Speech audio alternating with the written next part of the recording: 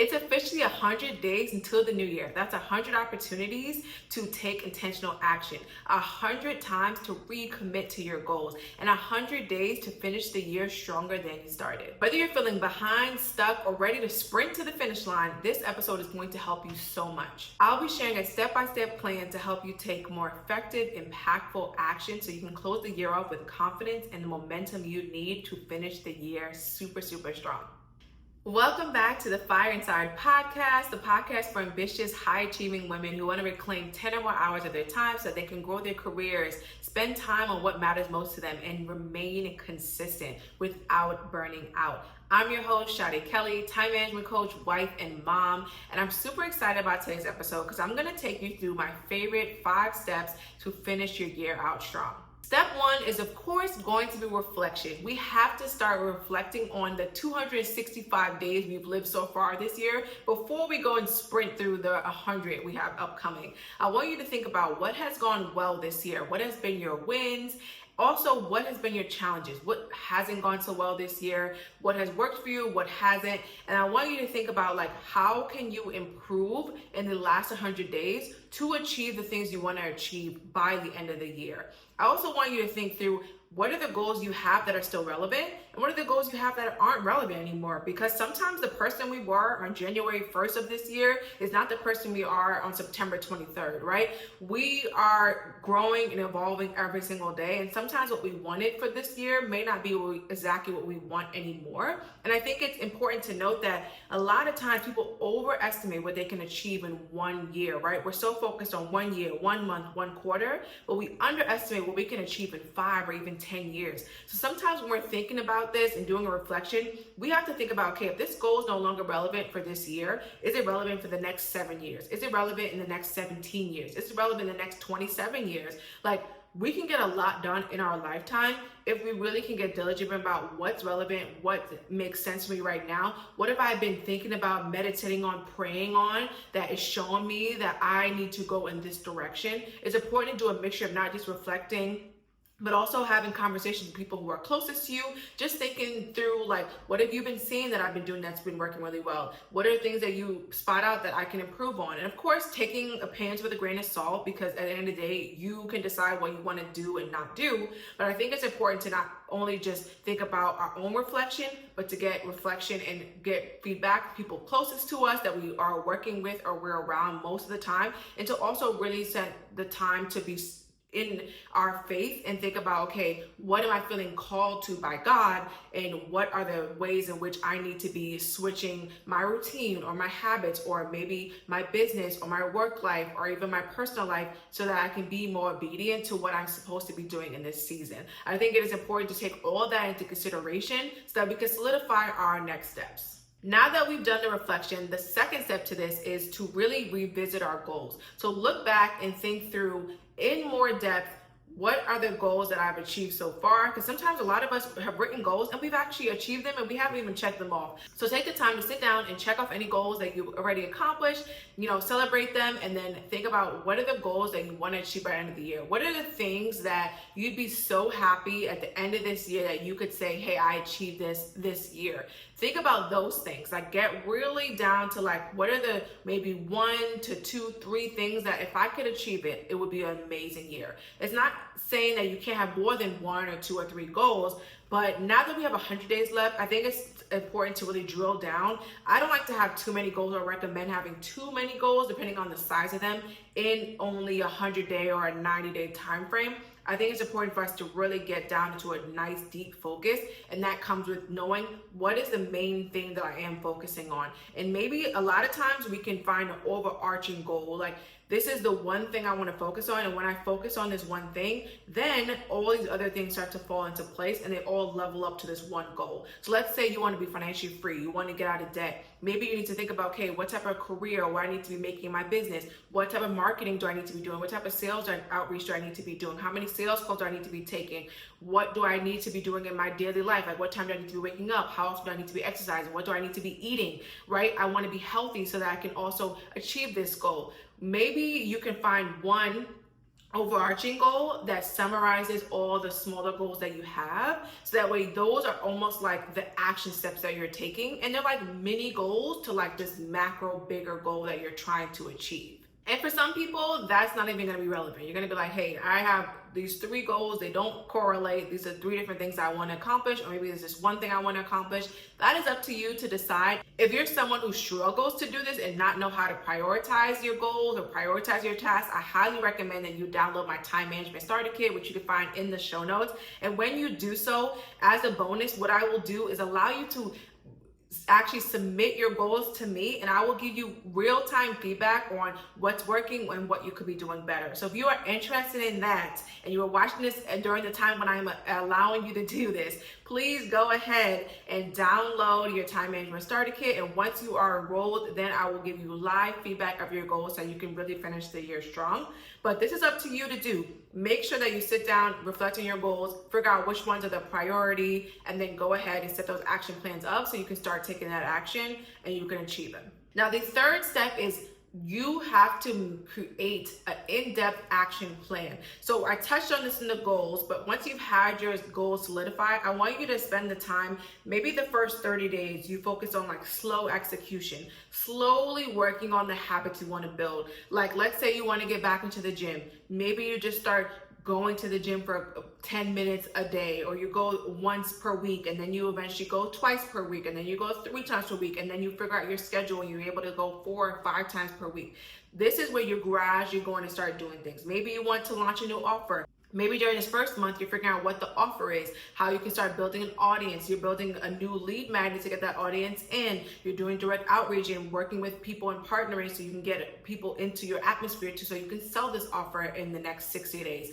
Think about how you can start doing slow momentum to get you started, so you're not just revving up and trying to do it all at once. So that's the first 30 days. You're doing a lot of focus, a lot of building, getting yourself ready, slow and steady. And then in days 31 through 60, that second part, maybe you're going full throttle, right? Like you've already done the slow progress and you're like, okay, I'm ready to fully execute. Like I'm in this to win this, and I'm going all in, locked in, no distractions, no fluff, just getting to it.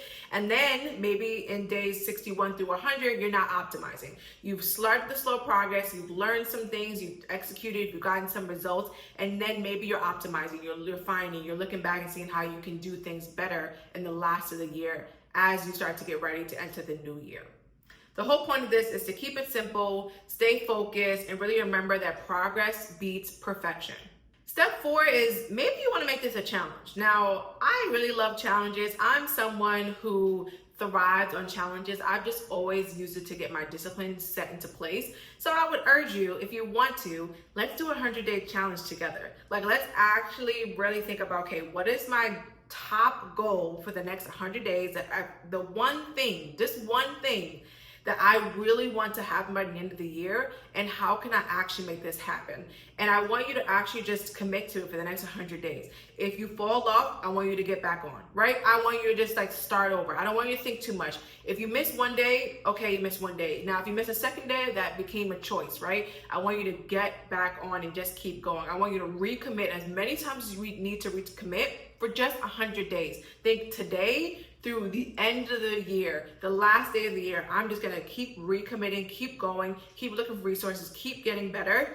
And that is all. That's your 100 days. Like, that's just your challenge. Pick one thing that you're gonna commit to, follow through on these steps, doing the reflection, setting your goals, setting your plan, and I want you to just commit to that action every single day, or however many days you want to commit to it throughout the week. That's gonna be up to you. I just want you to commit to being consistent. And I promise you, if you can do this for the last 100 days, you're gonna see so much success by the end of the year, and it's gonna ramp up what you're able to achieve come January. Step 5 is all about protecting your energy and setting boundaries. Now, we talked about boundaries in depth in last week's episode, so I'm gonna go ahead and actually link that so you can check that out if you haven't checked it out. But this is gonna be super, super important. When you are committing, when you are locked in, you have to have set and sound boundaries, right? And you have to follow these to a T for yourself, but also for others. And give yourself grace if you aren't able to always follow through on the boundaries. The key is give yourself grace, but don't let it become to a place of complacency. Like, don't let it become a big excuse. Don't let it become the reason why you didn't accomplish something. Give yourself grace, but then always get back on the horse. That's kind of how I like to think about it. Sometimes you get off the horse, sometimes you feel like you're all over the place, but you always find your way back, and you have a method that helps you to get back. For me, I always keep a Notion list of just things that snap me back into place. Like, it is like the thing that I read as my manifesto that always gets my mindset back to where it needs to be. I always like to just spend time reading on that, meditating on that, thinking through on that, and then I'm like, okay, I know how I can get back on track. I know the things that trigger me. I know my process. I know how I tend to go off on certain things because of this, and this leads to that, and this and that. That's a whole another episode I could be doing on like how to identify your triggers. Let me know in the comments if you want that. But knowing my cycle and the ways in which I sometimes spiral helps me to get myself out of the spiral, right? And that is where self-awareness is so important, because I can't tell you what helps you get out of your spiral unless, you know, I've worked with you and you've been a client of mine and we've done that. But otherwise, you have to know that for yourself. And it's really important for you to do that work, especially if you have a therapist. I urge you to work through like the things that trigger you so you can know how to get out of like the cycle that you're in. I've worked a lot with my therapist to understand that for myself. So when you know those things, it's easier for you to bounce back and actually keep going.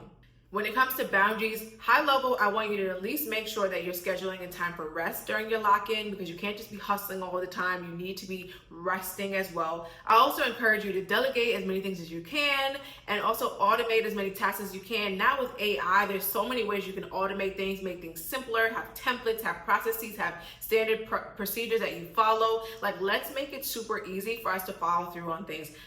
One thing I like to ask myself is like, how can I make this easier? How can I make this easier? How can I make that easier? And when you start to pose questions to yourself, and this is why coaching is so powerful, because when questions are posed to you, your mind wants to find the answer. So you'll start pinning together things that could work, and then you just need to follow through on them. And then the last step of all of this, step 6, is you have to hold yourself accountable, right? We have to talk about accountability. And that doesn't mean you only need an accountability partner. While accountability is amazing, when you have an accountability partner, it's a great thing because you're 95% more likely to get something done. And then without accountability, you're typically 12% likely to get something done. But it doesn't always need to be somebody else, right? You can hold yourself accountable by tracking every single day and having a metric sheet. Or you can track every single week and share it with somebody, or just share it with yourself and just hold yourself accountable by having a meeting on your calendar, or a meeting set in your planner to meet with yourself and see, okay, how have I been doing on my health goal? How have I been doing on my financial goal? How have I been doing on my work goals? How have I been doing on my goals with my family and relationships, or my social contribution goals? Whatever it is, like, you have to think about how you can hold yourself accountable, whether it is setting alarms, whether it is setting reminders, whether it is setting a meeting. I really like to have a trackable sheet, like a habit tracker or a metrics tracker, where I'm tracking, like, are you taking the action you say you were gonna take? That's why apps like Calm or apps like the Bible app have these streaks on there where when you come on, you actually do it. They show you, oh, you're on this many streaks. Oh, you've done this many streaks. Oh, you've done this more than this many people. That stuff really motivates you, and it makes you feel like you're on track. So this is kind of like the same concept. I want you to figure out a way to hold yourself accountable. Maybe it's doing one of the things I mentioned. You can look up different ways to hold yourself accountable. Think about ways in which you hold yourself accountable in the past that's worked for you. Tailor those things to the new goals and habits that you have for the next 100 days of the year. And I promise you, you're gonna see so much progress, because what doesn't get measured often doesn't get changed, and often we don't see success on. So make sure you are measuring the things. It is not enough to just say, oh, this is my intention for the next 100 days. I'm gonna just execute on them. And that's it. I have my plan and I execute. No, you need to be tracking the plan. A lot of times people often will time block their calendars. They'll have their set plan, they'll have their deadline set, and then maybe they don't reach one of them and they never move the time block. Or maybe they don't reach one of the deadlines and they never move the deadline. They just kind of let it go. And that is how you get into a spiral of not achieving what you want to achieve. And of course, you want to celebrate along the way. I love celebrating small things, because when you celebrate them, you tend to reinforce that behavior in your life. Your brain goes, oh, that's something that we enjoy. That's something that we want more of. So let's celebrate it so that we can actually have that abundance and have it keep coming into our lives. I hope that this episode was really, really helpful for you, and now you know how to finish your year strong. Let me know which of the tips resonated with you most. Of course, for your action item, I want you to go through this process. If anything, I want you to pick that one focus you're gonna have for the next 100 days and do the 100 days challenge with me. What is the one thing you're gonna focus on that you're gonna track for the next 100 days? And I want us all to talk about this on the last day of the year. Maybe in last days of the year's podcast, I'll do something around that. I don't know yet what I'll do, but maybe we'll all check in then and make sure that we've all accomplished our goals. If you're not following me on Instagram, make sure you're following me on Instagram. I'm at Sade Kelly _ because I'm doing a Finish Your Year Strong series where I'll be sharing the behind the scenes of what I'm actually doing to finish my year strong, and of course giving you strategies and tips along the way as well. Thank you so much for tuning in to today's episode. Be sure to like, comment, and subscribe. And of course, if you're interested in working together, you can always find that time audit link in the show notes. That's the best way for us to get to know each other and see what the next best steps would be for you in managing your time and living a more intentional life, as well as make sure you download that starter kit because it's going to help you so much to create this structure in the first place to finish your 100 days really, really strong. I'll see you guys in the next episode. Take care. Bye.